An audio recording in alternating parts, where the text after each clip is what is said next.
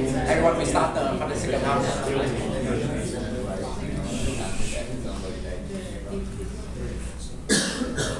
Earlier you shared that before you started the MiG-33 2005, you started another product earlier as work failure. And you say that you entered the market too early. So in your experience, what kind of tests can you check to make sure that they enter the market at the right time? So there's so the thing about comedy is it's all about time, and I think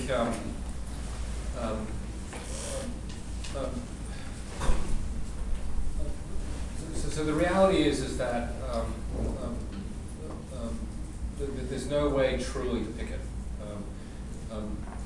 People can always, in hindsight, say, "Oh, that company was there perfect at the right time," and there's 10,000 other companies which try to be there at that time as well. And the reality is that you never hear about them. So you have this selection effect of always seeing the company that made it at the right time.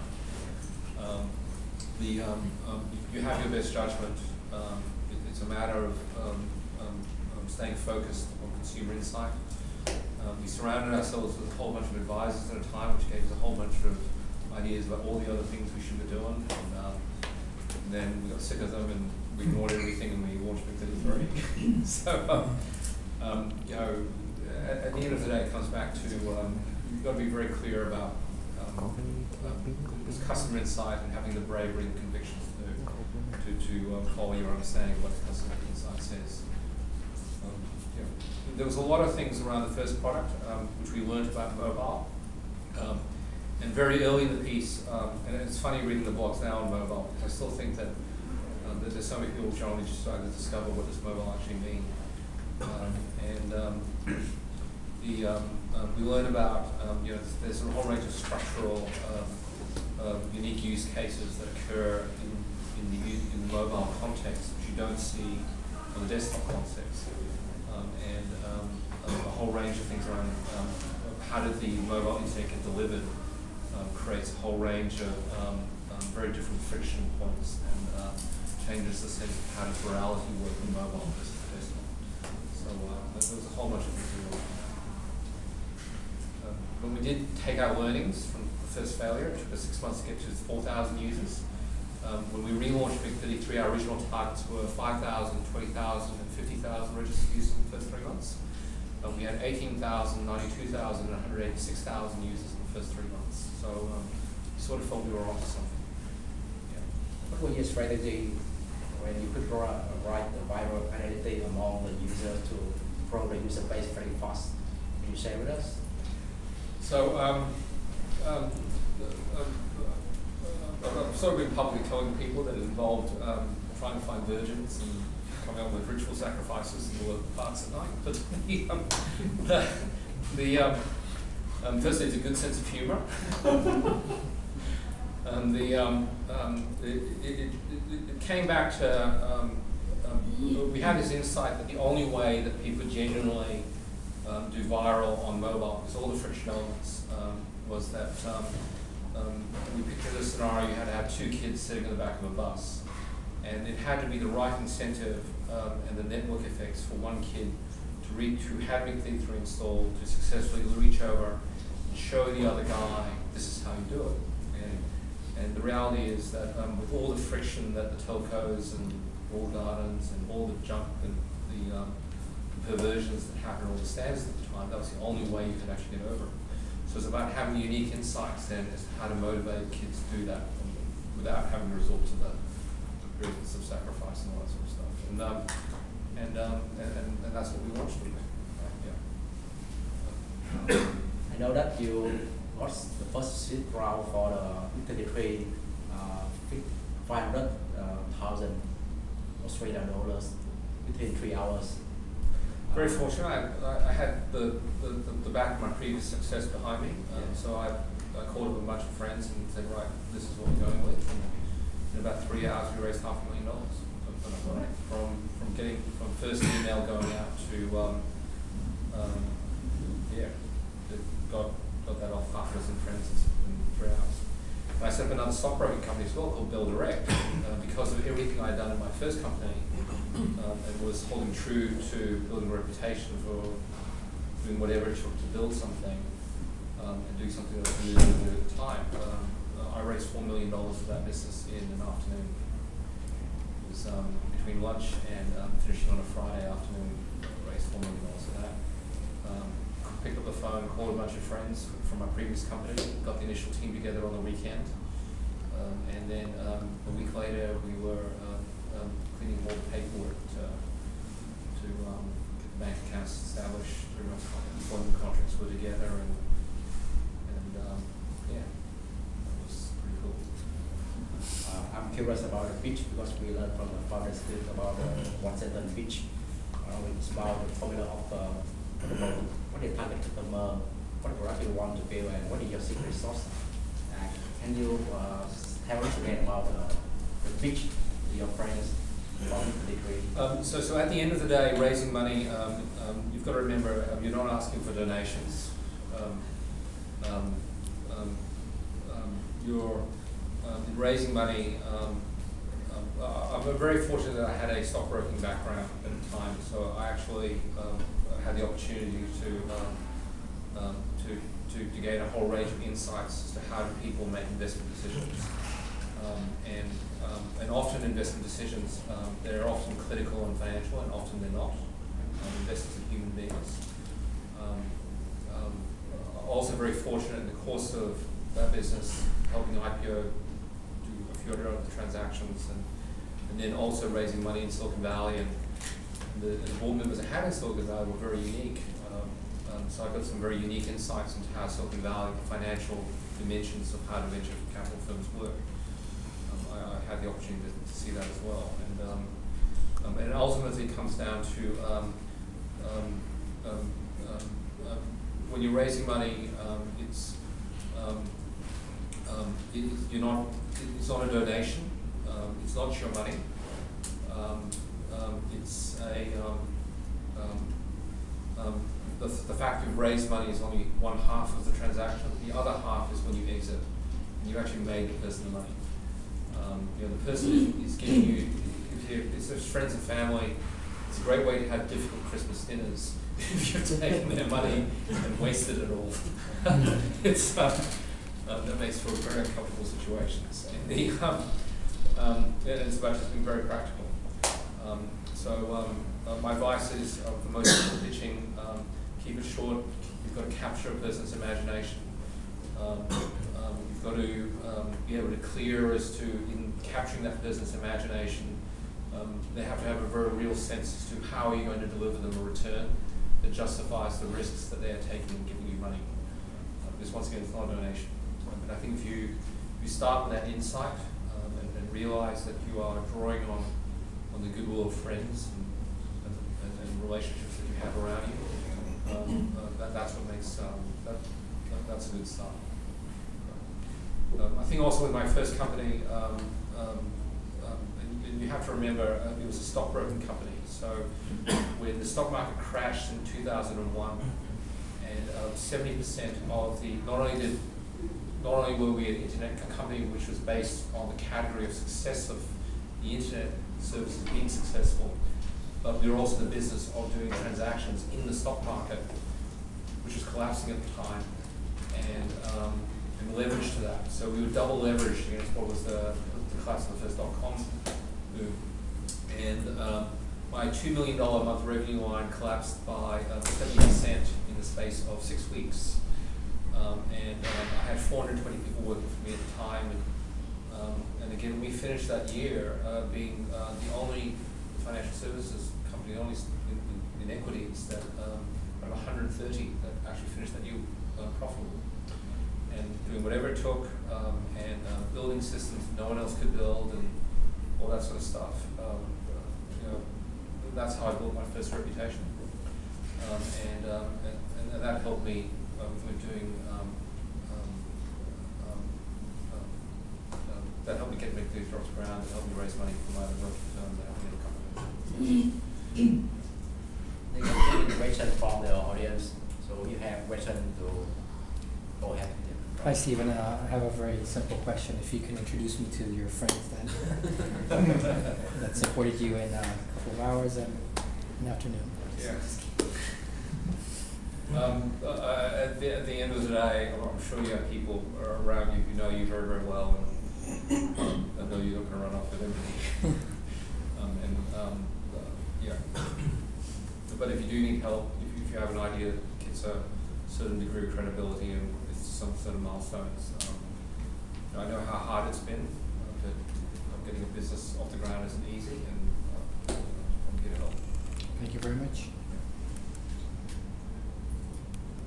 Hi, thanks for coming and sharing with us. Can you share who you are and who you are? I am Rio, trying to start a company, but I'm really interested in knowing how to navigate the regulatory framework or the regulatory environment around these different countries, because I guess the startups that you have done before are heavily regulated.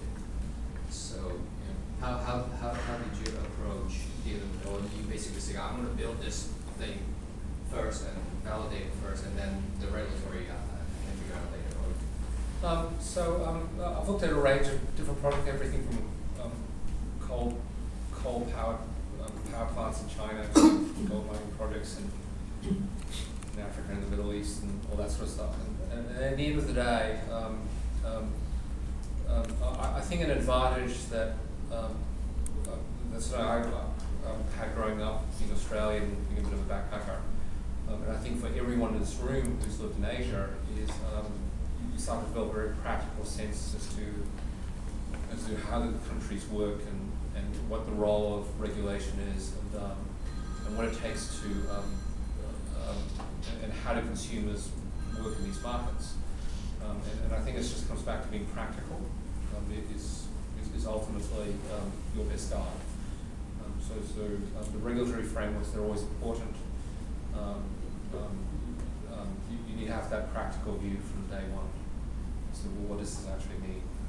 And every business is going to be different. So in financial services, it is what it is, and for me, if we miss settlement any day, you lose your license, and you have to stop your business. So you run a business which just runs perfectly and never fails. Other businesses, you just have to be very practical with it. You ever run into, I guess, a situation with the regulators anywhere, with the officials, like everything is okay, and then just something came out from nowhere? We haven't had a situation yet. We've had some practical circumstances with political economic risk. So we have a large presence in the Middle East, and when the Jasmine Revolution took place, we found that our users, so I know Twitter got a lot of airplay for its presence in Egypt, Syria, whatever. I think we're actually bigger in Egypt than Twitter is. And we were getting messages about how that our user base there got shut down for periods, and we're getting messages from users who are trapped in the building and talk about rioting that's happening in the 3/4 world and all these terrible things. Just a very practical sense of, well, this is the world we live in, and what are we going to do? We've had, we frequently get problems out of Bangladesh, for some reason or another. Where for a time while we were, and we've had cases ranging from blackmail to extortion to. We actually had this poor fellow in Sydney who one guy in Bangladesh didn't seem to like, so he sent 2 fellows down to Australia, followed him around for a week, and then they firebombed his car. And so we had to work with the authorities there to lock these 2 fellows up. Whatever. You just have to be practical. The world is what it is, and that's potentially your opportunity. Right? Yes. Do you have a mentor when you started your first startup? Yeah, I was very fortunate. I had a fantastic chairman, and I got myself an executive coach. So when I founded my first company, I was 67 kilos weight. I was a really skinny fella. And then one day I woke up with pains in my chest, and I put myself in the hospital, and the doctor came out and told me, Stephen, your problem is you haven't had a heart attack, your problem is you're fat. And I was 140 kilos, so technically I was fatter than Homer Simpson. Very briefly. And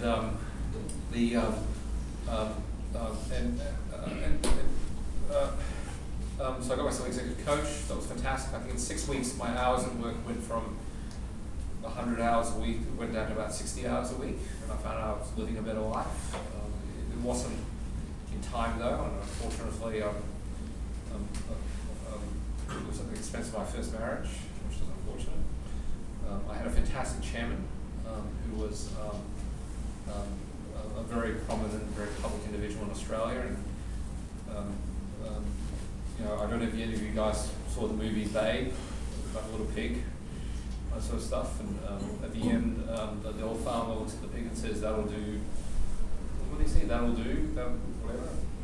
But my old mentor was very much like that. He used to put his hand on my shoulder and told me when I was an idiot what I should be doing. That was very fortunate. My name is Siswam. I'm just kind of wondering what kind of markets are you looking at right now? Geographically speaking, what do you like? I think the most exciting region on the planet right now is South and Southeast Asia. I reckon this region would have to be one of the most exciting places to be on the planet when it comes to anything consumer or business internet.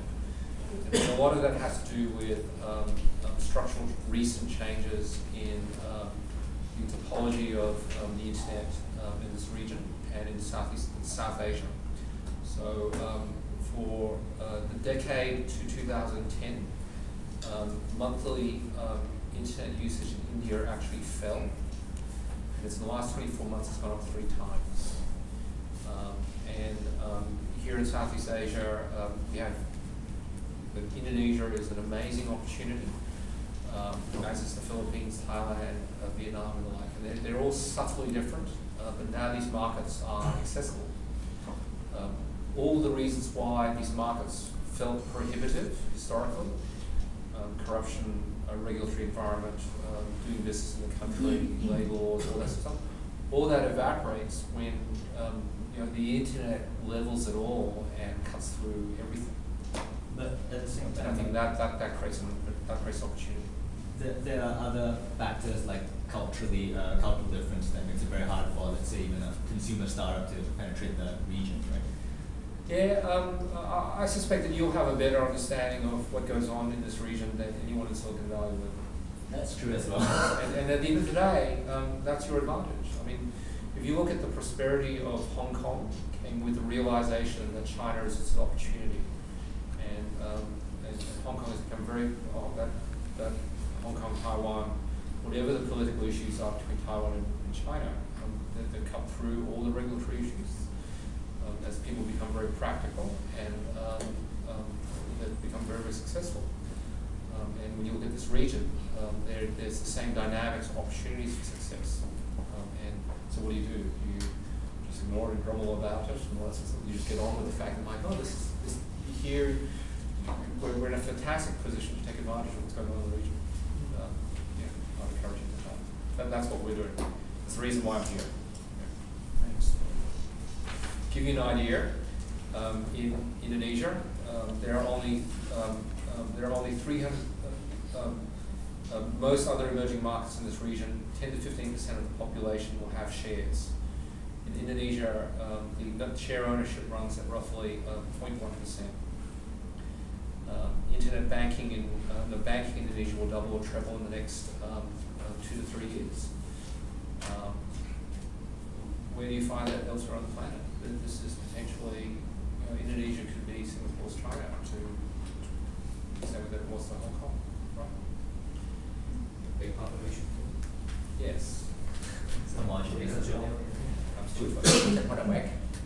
Yeah, I have a question. It's more about the 2 companies. Sorry, can you tell who you are? Sorry, my name is Kevin Flanagan, and I'm starting a company here. But the contrast, if you could contrast the financial services company and mobile, so I'm intrigued as to the differences and the problems vis-a-vis. I think it starts with, I think the first one when I was younger. Okay.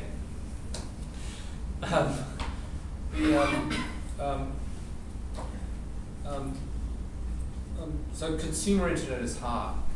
It's really, really hard. Getting your first million users is like, it really is like sending a rocket to the moon.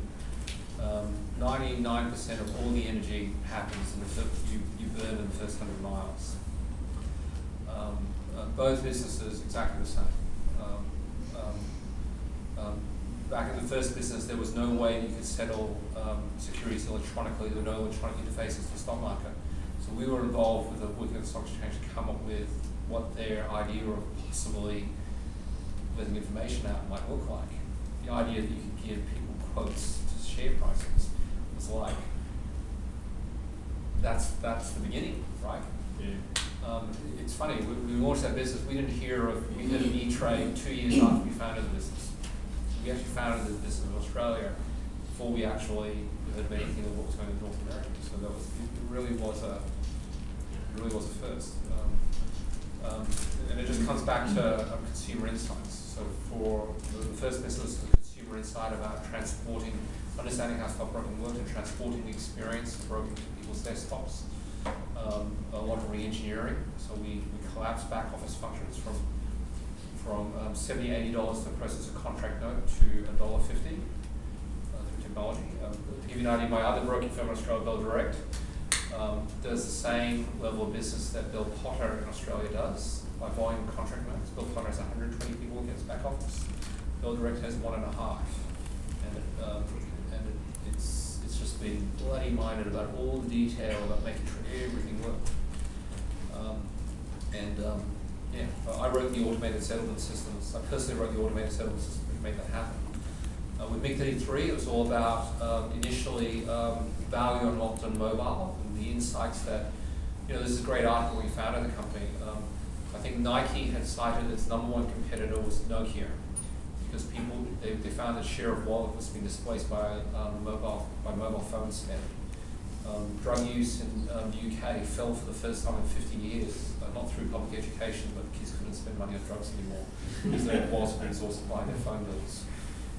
So that was the circumstances which we found in 33, and we thought that the coincident value unlocked by mobile phone was naturally communications, and could you augment or find alternative creative experiences around communications based around the locus of what the initial value is of the situation around mobile. So that's how we thought about, that's where Xtex came from.